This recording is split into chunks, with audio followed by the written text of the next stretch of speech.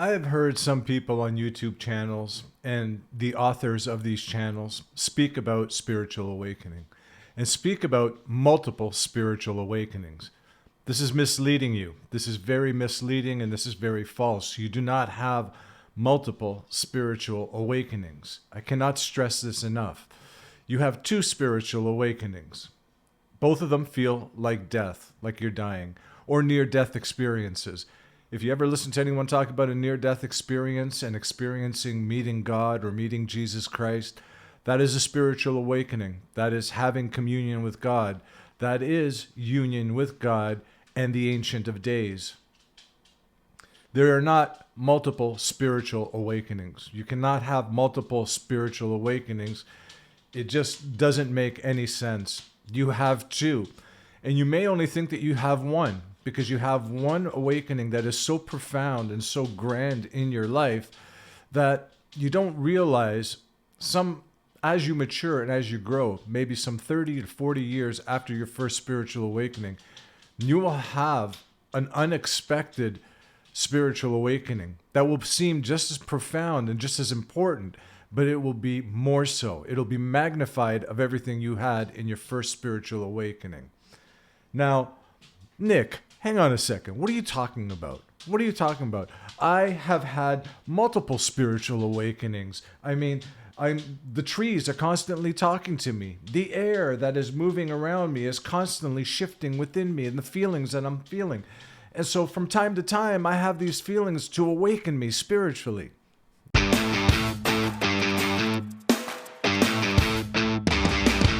I'm sorry that I am laughing, and I don't mean to make fun of this nor mock it or anything like that, but you do not have multiple spiritual awakenings.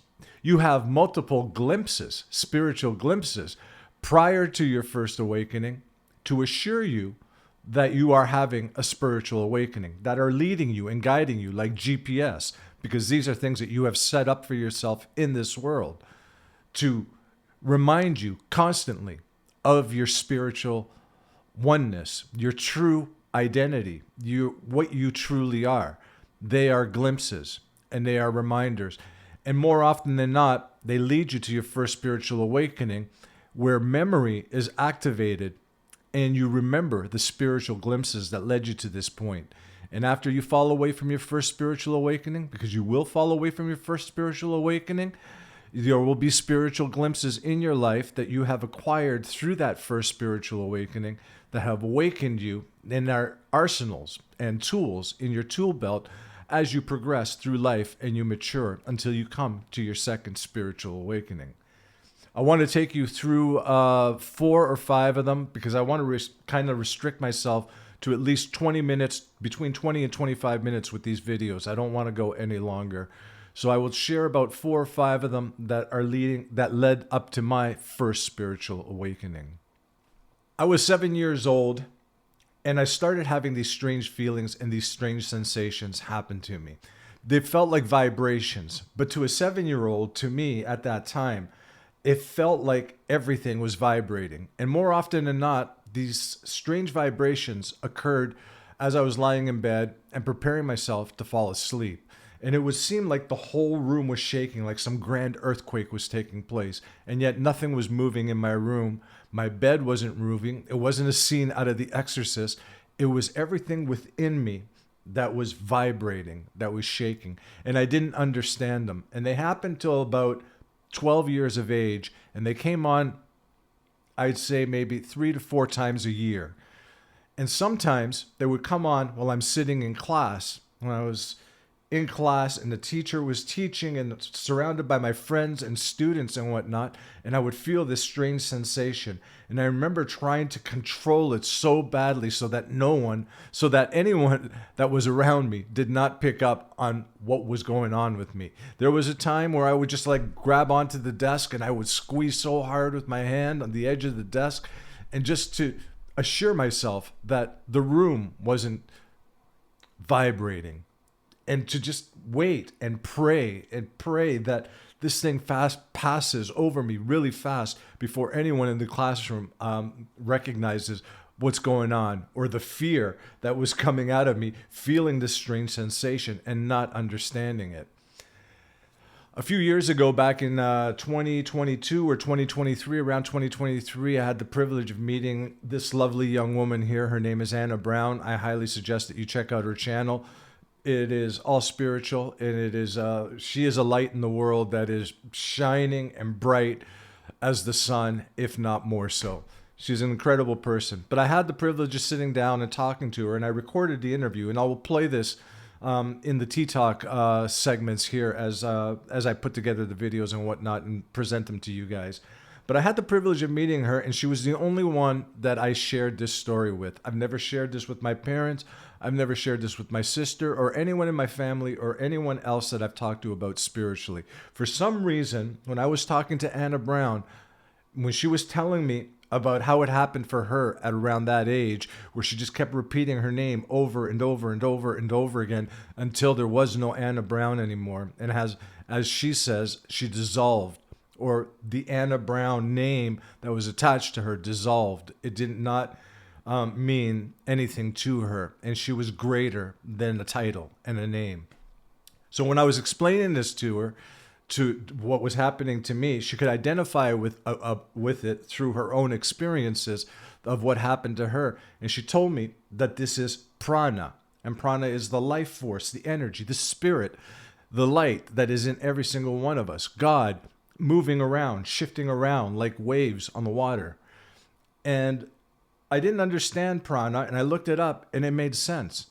But I also was very familiar with Neville Goddard. And Neville Goddard spoke about his experience of this as something in the Psalms. And I will post it up here because I don't remember the Psalm right now.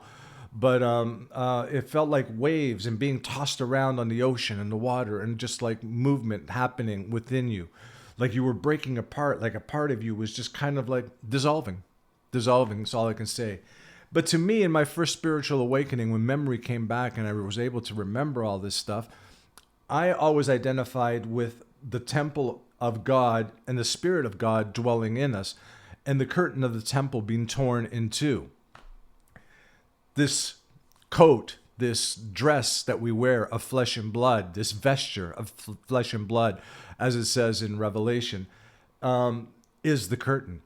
And it was tearing away. And I'll explain why I referenced tearing away, because along with these strange vibrations that would happen to me, there was images, there was visions, flesh being torn and ripped and being torn apart. So to me, I think that that was a moment in my life that was guiding me and directing me towards the grand spiritual awakening that I was going to have when I was 30 years old. But at 7 years old, you don't see it. You don't recognize it. You don't understand it. And you quickly fall back into the world and you carry on in your life. That was one of the very first spiritual glimpses that I can remember in my life. The second came around 12 years of age, and this would be back in around 1977. I was working in my dad's restaurant. This one day at my dad's restaurant, it was really slow, and I had a long break, and I decided to, walk around the property, clear my head and whatnot. Being 12 years old, what do I know about clearing my head? I just wanted to get away from washing the dishes and just stroll around the property. When I came back, I saw in this lost and found basket that we had, there was a book. It was a black paperback, and on the front cover was this really kind of gruesome but wonderful image of either a boy or a girl. If it was a boy, he had really long hair, or a girl, because the image of the person on the front cover was someone who had long hair. So it could have been a boy or a girl. And I will put the paperback up here in a second to show you, because it's no longer in circulation. And this paperback, now they have different images on the front cover of this book. But I picked up this book and I thought, well, you know what? It's slow. I've got nothing to do. I've done all my work and everything, right? So I'm just going to flip through it and read it. Well, I got completely mesmerized by it. I was completely thrown into the book visually. I could see everything as if it was a movie of the week, you know what I mean? And I could see it frame by frame taking place, the characters, what they were going through, the history of the characters, the history of the town, the history of this house that represented the evil in the town. I could see everything that was going on. The name of the book is Salem's Lot. And this is the cover for it. You're not going to find his cover now anymore. Now, usually the covers of this book are like a house or something on a hill or something like that, and the house representing the evil of the town. And Salem's Lot was a vampire book, but I could visualize everything, every single thing in that book. You know what I mean?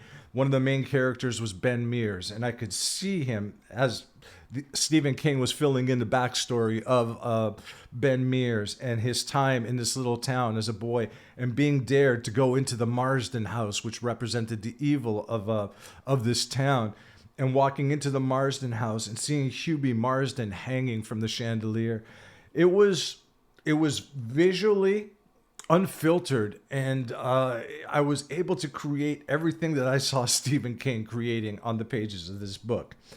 I must have read that book between July and September. I probably read it 4 times. And it was one of those books that was an introduction to me to reading. After that book, I kind of like devoured pretty much everything that Stephen King wrote. But there came a time after the book It that I stopped with Stephen King.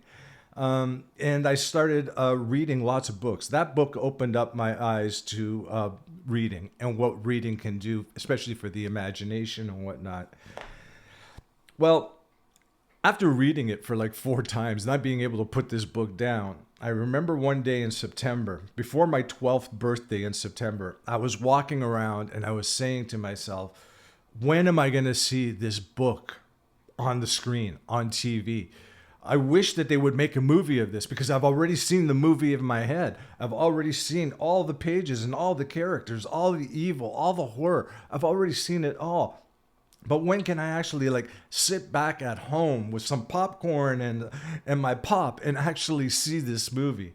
And one night we were sitting in front of the TV, my parents and my sister and myself, and we must have been watching one of the big channels, either ABC or NBC, and those were the 2 channels that always put on, like, say, a movie of the week, and more than likely it was ABC.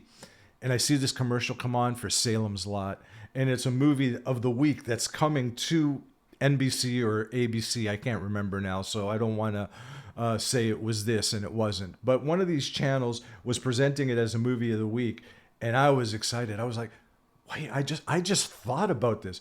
How did this happen? Like, how did this all of a sudden just appear? I just thought about it. I was just thinking, when am I going to see the movie of this? And boom, there was a commercial for the movie coming on. That was my first experience with manifestation and another spiritual glimpse, because spirituality is full of manifestation, because you are a spiritual being, and that means that you are a creative power. You are a creative force, and you can create the most simplest thing that you can imagine in your head to the most complicated, luxurious, extravagant thing that you want to happen to you in your life and your expectations of life. You can create without hesitation and without doubt. And along the way, we don't see it, we don't understand it, but there are these spiritual glimpses to show us that we are a life-giving force. We are a life-giving spirit. We are a creative power that can manifest everything and anything that we want in our lives. But again, at 12 years old, I didn't see it, but it was my first moment that I was aware of something. I just didn't know what that something was.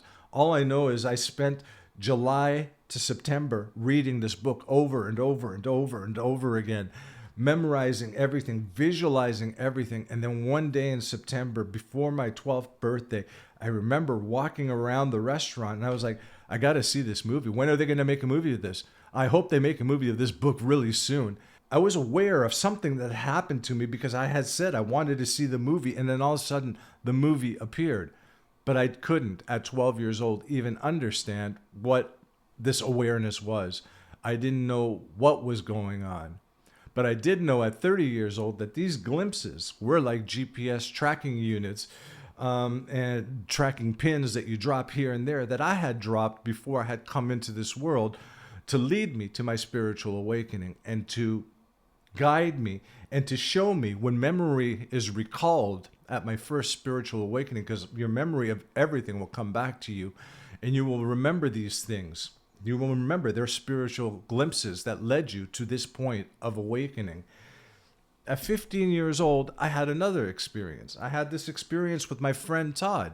and we were walking home from school. Now, the school that we went to was practically about 3.5 miles, 3 to 3.5 miles away from our home where we lived, right? And this one summer day was so hot and so humid that we left the school and we saw the clouds rolling in, and we knew we were going to get caught in the rain, but we didn't care. We just figured, you know what? We're not jumping on the bus to get a bus ride home. We're just going to walk home. Also, we had another agenda. We had bought some hash off a guy at school, and we decided that we were going to stop off, cut through the railroad tracks, and stop off at the railroad tracks on our way home, roll up a joint, smoke it there, and then head home. Well, we did just that. And after we left the railroad tracks and started heading home, we got caught in the rain. But I don't know if it was us being high, but we had this moment where we looked at each other and we knew instinctively what we were going to do and what we were going to say. And then we turned away from each other, looked up at the sky, and we started yelling, "Rain harder, rain harder." And it literally came down like Niagara Falls on us. We were soaked right through our clothes. And, you know, if I could apply the saying, which isn't true, but it's a saying, that we were drenched to the bone, that was quite literally what happened. And it didn't let up until, again, I don't know if it was because we smoked a joint and we were high. We looked at each other and then we looked up at the sky and we yelled out, "Stop." And within, I would say, 30 seconds, the rain stopped. And shortly afterwards, the clouds passed by and the sun was out again. But here's the funny thing. We didn't even acknowledge it. We were of an age to understand what was happening, but we didn't acknowledge it. We thought to ourselves that was the coolest thing in the whole world. We looked at it as some sort of magic act, and we never even addressed the issue again. And that's how your manifestations have to come into your life. You have to put them out there, forget completely about them, and don't dwell on what power is going to manifest it, how it's going to come into your life, why it came in your life, where it came from.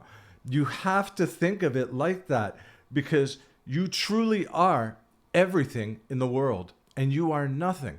You are the outermost extreme infinite part of the galaxy and the universe, and you are the ground that you step on and you walk on. You are the wind, the air, the rain, the snow, the clouds, the trees, the leaves, the grass, the little sheep, the little lambs, the dogs, the cat. You are every single thing in this world. Every single thing in this world is filled with the light of God, and you are light. There is no ands, ifs, or two ways about it, or buts. You are this. Therefore, you have this sense, what the Bible calls dominion. You have this ability, being one with everything, to also recognize that sometimes saying rain harder, it will rain harder. And sometimes saying stop, it will stop, because it is you. It is stopping within you. It is starting up within you. But the most glorious thing is to not treat it like a god, to not worship it, to do not think of it as some sort of magic act, and to just drop it and leave it alone, like we did. And we were unaware that we just dropped it and left it alone. We just thought it was the coolest thing in the world, maybe because we were high, and we just left it alone, didn't even speak about it afterwards, and it was like it was second nature to us. It was a natural part of who we are and what we can do, and never even explored it or even thought about it or even talked about it. We just thought it was the coolest thing in the whole world. Between the ages of 22, when I moved out from home, until the ages of 30, when I had my first spiritual awakening, not much happened. But in my apartment, I decided to bring the Bible with me. And having brought the Bible with me, I skimmed through it. I didn't see anything. I just skimmed through it because I didn't see it at the time. I saw it after leading up to my first spiritual awakening, I should say, when I became a little bit more dedicated and started reading it because things were jumping out at me. But between the ages of 22 and 30, I didn't pay attention to it. But the one thing that I did pay attention to were the manifestation stuff in the New Testament. If you believe you have what you asked for, you will receive it. If two people ask in my name anything, my Father who is in heaven will do it for them. Where there are two, I am there also. I saw all this stuff, and I was living in an apartment where I was on the 5th floor. My friend from work was on the 3rd floor, and my cousin with her baby lived on the 7th floor.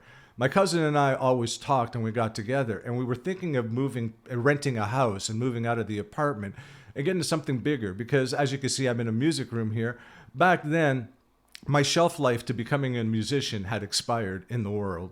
And I was kind of hoping that having a band and we were rehearsing, that maybe we can get like, club gigs and I could be a club musician of some kind. That didn't pan out. But what I'm saying is I didn't have the space or the room in the apartment. We were renting a place under a laundromat that we can only access, I should say, after 8 o'clock in the evening. And we were paying a fortune back in like the 80s, to rent this spot. I talked to my cousin, we got together, and I started talking to her, and I said, there's a lot of stuff in the Bible that we haven't been taught. And one of those things is that if two people believe something, we can have it. Why don't we believe we have a house? You have room for your little boy to move around in a backyard to do what you want. I have a basement where I can set up like the band and we can rehearse like 2 or 3 times a week. And, we're comfortable and happy, and we probably won't be paying any more or any less than we're paying here in the apartments that we're renting, right? Within 2 weeks of believing that we had this home, we found a home in northern Toronto in a little suburb called Scarborough. And we ended up moving there about, I'd say a month after we started practicing this, to believe that they have what they want, they shall receive it. I also didn't know how to manifest properly, manifest a happy outcome, a joyous, happy outcome. I just manifested it, and I fell back into the struggles and the harshness and the hard routines and long hours of work, and didn't manifest what I actually wanted. We did manifest the house, which is what we wanted, but that was short-lived. We were there probably 3 years before things started going crazy and we didn't get along anymore. And I ended up parting company with her. But at that time, I was also on the verge of having my first spiritual awakening. I was experiencing things like dreams and revelations. I was experiencing my thoughts appearing to me in my friends' mouths. I would think something and they would speak it. You know what I mean? I would experience wanting something in my life, like a book, again, like these. And it would seem like angels and people would appear out of nowhere and guide me and direct me and tell me where to go and what to see. When you see this kind of stuff happening to you in your life, I can surely say to you that, with assuredness, that you're on the brink. You're on the brink of having a spiritual awakening. Things start to intensify and magnify, but at the same time, you're also having doubts of where you are in life, where you fit in life, how everything, the whole meaning of life applies to you and where you are. But you'll see things starting to manifest before you, changes that you thought were at once upon a time unreal. And then all of a sudden, one night you may fall asleep and whatnot, and boom, there you have it. You wake up from it and you realize that you are much more than just this small human entity that's called a human being. You are greater than that, and you are much more than that.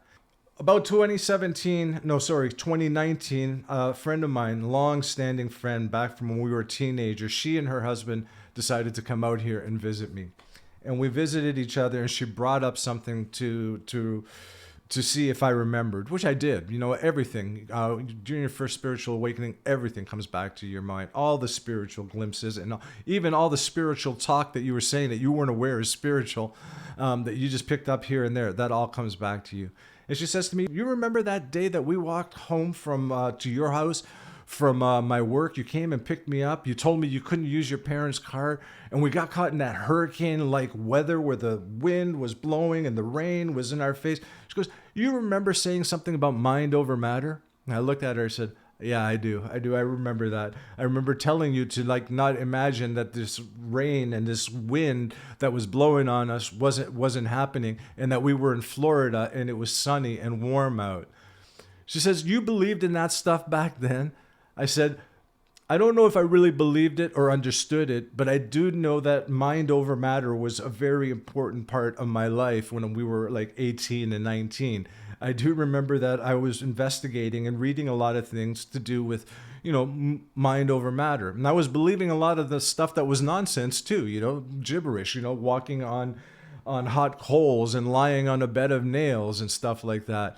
I don't know if that's true or not, but I said I did believe in the possibility of putting your mind over matter, putting your mind someplace else, and imagining that you are there and not here. For instance, the hurricane winds and the rain that we were walking through. At the same time, when she came out in 2019, I was undergoing my second spiritual awakening, and I did try to share some of that with her, but she didn't hear me. Like as I said in my first video, you will talk English, it will sound normal, and will sound regular English, and all your sentences will make sense, and they will be constructed properly. But those that you are talking to about spirituality and spiritual awakening, they will not hear it if they're not there yet. So again, I was trying to explain to her through my second spiritual awakening how all of that ties together, mind over matter and whatnot. And she didn't understand it. And she just walked away with a different opinion of me. She's still my friend. I consider her my friend. I've had her as a friend in my life since we were 17 years old. I know she's not there. I know many people aren't there. But at the same time, these people are only just reflections of me. They're me who wasn't there, and they're coming back to confront me now. Where are you? You can't leave us behind. And that's that you that is in the world talking to the you that is greater than the you that is in the world, saying, wait, you can't be greater than me. I am you, and we are the same. T-Talk. Thanks for stopping by. I'll see you guys next time.